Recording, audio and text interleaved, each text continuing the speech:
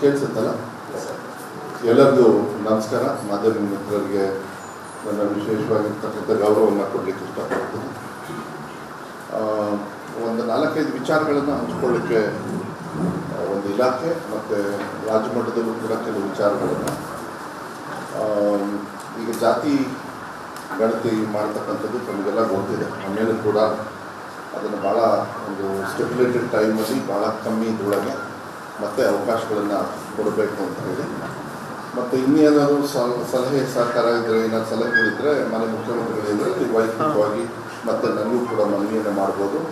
ಈಗ ಕಾನ್ಸ್ಟಿಟ್ಯೂಟ್ ಮಾಡಿದ್ರು ಒಂದು ಬಾಡಿನ, ಇನ್ನೇ ಎತ್ತಿಗೆ ಬಂದಿರಬೇಕಲ್ಲ, ಅದು ಎಲ್ಲ ಮೆಂಬರ್ಸ್ನೆಲ್ಲ, ಯಾಕೆಂದರೆ ಬೇಗ ಆಗಬೇಕು ಅಂತ ಹೇಳಿ.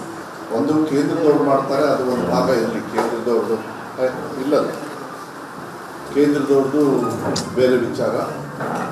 ಆದರೆ ರಾಜ್ಯ ಮಟ್ಟದಲ್ಲಿ ಕೆಲವು ಇರ್ತಕ್ಕಂಥ ಗೊಂದಲ ಸಾರ್ವಜನಿಕರಲ್ಲಿ ಚರ್ಚೆ ಆಗ್ತಕ್ಕಂಥದ್ದು, ಮಾಧ್ಯಮದಲ್ಲಿ ಚರ್ಚೆ ಆಗ್ತಕ್ಕಂಥದ್ದು, ರಾಜಕೀಯ ಪಕ್ಷಗಳು ಚರ್ಚೆ ಮಾಡ್ತಕ್ಕಂಥದ್ದು, ಮತ್ತು ರಾಜಕೀಯ ಕೆಲವು ಮುಖಂಡರು ಆ ಸಮಾಜದಲ್ಲಿ ಸೇರಿದವರು ಕೂಡ ಕೆಲವು ವಿಚಾರಗಳನ್ನು ಅವರು ಚರ್ಚೆ ಮಾಡಿದಾಗ ಅದು ಯಾವುದೇ ಥರದ ನ್ಯೂನತೆ ಇರಬಾರ್ದು. ಅದನ್ನ ಮತ್ತೆ ಚರ್ಚೆ ಆಗಬೇಕು ಅಂತ ನಿಟ್ಟಿನ ಮೇಲೆ ಮಾನ್ಯ ಮುಖ್ಯಮಂತ್ರಿಗಳು ಮತ್ತು ಎಲ್ಲರೂ ಕೂಡ ನಾವೆಲ್ಲ ಏನೇನು ಗೊಂದಲ ಇರಬಹುದು, ಏನೇನು ಕಂಡು ಬಂದರೆ ಅದಕ್ಕೆಲ್ಲದಕ್ಕೂ ಕೂಡ ನೀವು ಪರಿಹಾರ ಹಾಕಬೇಕು, ಅದನ್ನು ಚರ್ಚೆ ಆಗಬೇಕು ಅಂತ. ಏನಾಗ್ತದೆ, 10 ವರ್ಷದ ಹಿಂದೆ ಇದು ಮಾಡಿರ್ತಕ್ಕಂಥ ಸರ್ವೆ ಈಗ ನಮ್ಮನೆಗೆ ಬಂದಿರ್ತಾರೆ. ಉದಾಹರಣೆಗಳನ್ನು ನಾನು ಕಂಡಿರೋದು, ಯಾಕೆಂದರೆ ನಮಗೂ ಕೂಡ ಒಂದೊಂದು ಬುಕ್ ಕೊಟ್ಟಿದ್ದಾರೆ. ಆಮೇಲೆ ಸಾರ್ವಜನಿಕರಲ್ಲಿ ಅದು ಅವೈಲಬಿಲಿಟಿ ಇರಬೇಕು. ಈ ಸಾರ್ವಜನಿಕರ ಒಂದು ಸರ್ವೆ ಮಾಡಿ ಸಾರ್ವಜನಿಕರಿಗೆ ಆಕ್ಸೆಸ್ ಇಲ್ಲ ಅಂದ್ಬಿಟ್ರೆ ಅದು ತಪ್ಪಾಗ್ತದೆ. ಅದು ಈಸಿ ಆಕ್ಸೆಸ್ ಆಗಬೇಕಲ್ಲ, ಪಟ್ಟಂತ ಆಗ್ಬಿಡ್ಬೇಕು. ಅದನ್ನೇನು ಜಾಸ್ತಿ ಲೇಟು ಆಗಬಾರ್ದು. ಅದನ್ನೇನು ಡಿಜಿಟಲೈಸ್ ಮಾಡ್ತಾರೋ ಏನು ಮಾಡ್ತಾರೋ ನನಗೆ ಅದೆಲ್ಲ ಟೆಕ್ನಿಕಲಿ ನನಗೆ ಗೊತ್ತಿಲ್ಲ. ಏನಾಗಿದೆ, 10 ವರ್ಷದಿಂದ ಮೋಸ್ಟ್ಲಿ ನಮ್ಮವ್ರಿಗೆ ಬಂದಿರ್ತಾರೆ. ನಂದು ಅಡ್ರೆಸ್ಸು ಒಬ್ಬ ಶಾಸಕನಾಗಿ ಕುಟ್ಟೂರು ಕೊಟ್ಟಿರ್ತೀನಿ. ಅಲ್ಲಿ ನಾನು ಇದ್ದಾಗ ಏನಾದ್ರು ಬಂದರೆ ಯಾರು ಹೋಗಿ ಹೌದು ಮದವ್ರು ಇದ್ದಾರೆ, ಅವ್ರ ಮಗ ಇದ್ದಾರೆ, ಅವ್ರ ತಾಯಿಯವ್ರು ಇರ್ತಾರೆ, ಮತ್ತು ಮನೆಯವ್ರು ಇರ್ತಾರೆ, ಅವ್ರ ನೆಂಟರು ಬೀಗರು ಯಾರ್ಯಾರು ಈ ಮನೇಲಿ ಇರ್ತಾರೆ ಕೊಟ್ಟಿರ್ತಾರೆ. ಬೆಂಗಳೂರಿಗೆ ಬಂದಾಗ ಬೇರೆ ರೀತಿ ಇರ್ಬೋದು. ಇಲ್ಲಾಂದರೆ ನಮ್ಮನೆಗೆ ಬಂದು ಇಲ್ಲ ಅವ್ರು ಬೆಂಗಳೂರಲ್ಲಿ ಇದ್ದಾರೆ, ಇಲ್ಲಿದ್ದು ಬೇಡ ಅಲ್ಲಿಗೆ ಬರ್ಕೊಳ್ಳಿ ಅಂತ ಏನು ಹೇಳಿದ್ರೆ ಇರ್ಬೋದು. ಯಾರು ಲೆಕ್ಕ ಕೈತೋ ಇಲ್ಲೋ ಗೊತ್ತಿಲ್ಲ. ಕೆಲವು ಸತಿ ಅದೇ ಎಷ್ಟೋ ಜನರದ್ದು ನಂದೇ ಸರ್ವೆ ಮಾಡಿಲ್ಲ. ಶಾಸಕರಿರ್ಬೋದು, ಮಾಜಿ ಶಾಸಕರಿರ್ಬೋದು, ಜನಪ್ರತಿನಿಧಿಗಳಿರ್ಬೋದು, ಯಾವುದೇ ಒಂದು ಮುಖಂಡದ್ದು. ಇನ್ನೊಂದು ಏನಾಗ್ತದೆ, ನಾವು ಅವಾಗ ಕೊಟ್ಟು ನಾವೇ ಸೈನ್ ಮಾಡಿರ್ತೀವಿ, ನಮ್ಗೆ ಗೊತ್ತೇ ಇರೋಲ್ಲ. ಏಕೆಂದ್ರೆ ದಿನ ಎಷ್ಟೊಂದು ಸೈನ್ ಮಾಡಿರ್ತೀವಿ, ಗೊತ್ತಾಗಲ್ಲ ನಮಗೆ. ಇದು ಉದಾಹರಣೆಗಳು ಭಾಳ ಬಂದಾಗ ನಾನು ಕೂಡ ಮಾನ್ಯ ಮುಖ್ಯಮಂತ್ರಿಗಳು ಒಂದು ಕ್ಲೋಸ್ ಎನ್ವಲಪಲ್ಲಿ ಹೇಳ್ಕೊಂಡಿದ್ರು. ಕೆಲವು ವಿಚಾರಗಳನ್ನು ನಾವು ಕೂಡ ಚರ್ಚೆ ಮಾಡಿದ್ದೀವಿ.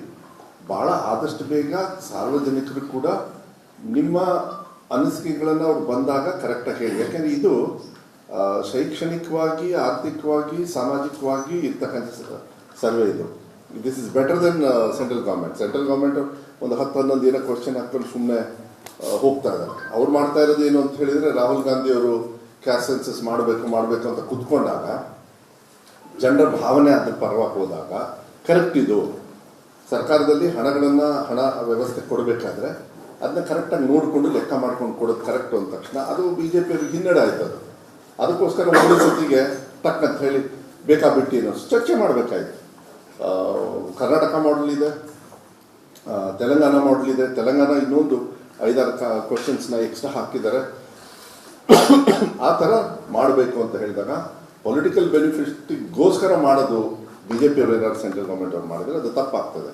They should do it practically. ಸಾರ್ವಜನಿಕರಿಗೆ ಕಡೆಯಲ್ಲಿರ್ತಕ್ಕಂಥ ವ್ಯಕ್ತಿಗೂ ಕೂಡ ಸರ್ಕಾರದ ಸಹಕಾರ ಬರ್ತಕ್ಕಂಥ ವ್ಯವಸ್ಥೆಗೆ ಏನು ಸರ್ವೆ ಆಗಬೇಕು ಅದು ಬಹಳ ಮುಖ್ಯ ಆಗ್ತದೆ. ಇದು ರಾಜಕೀಯ ಬೆನಿಫಿಟ್ಟಿಗೆ ಅಂತ ಅಲ್ಲ. ಈ ದೇಶದಲ್ಲಿ ಅಂಬೇಡ್ಕರ್ ಅವರು ಬರೆದಿರ್ತಕ್ಕಂಥ ಸಂವಿಧಾನದ ಅಡಿಯಲ್ಲಿ ಯಾರ್ಯಾರಿಗೇನು ಹಕ್ಕು ಬರಬೇಕು ಅಂತ ಇದೆ ಅದು ಕಂಪಲ್ಸರಿ ಬರಬೇಕು ಅಂತಕ್ಕಂಥದ್ದು ನನ್ನ ಆಸೆ. ಅದು ಆಗಬೇಕು. ಆವಾಗಲೇ ಸರ್ಕಾರಗಳಿಗೂ ಕೂಡ ಗೌರವ ಬರ್ತದೆ ಅಂತ ಹೇಳಿ.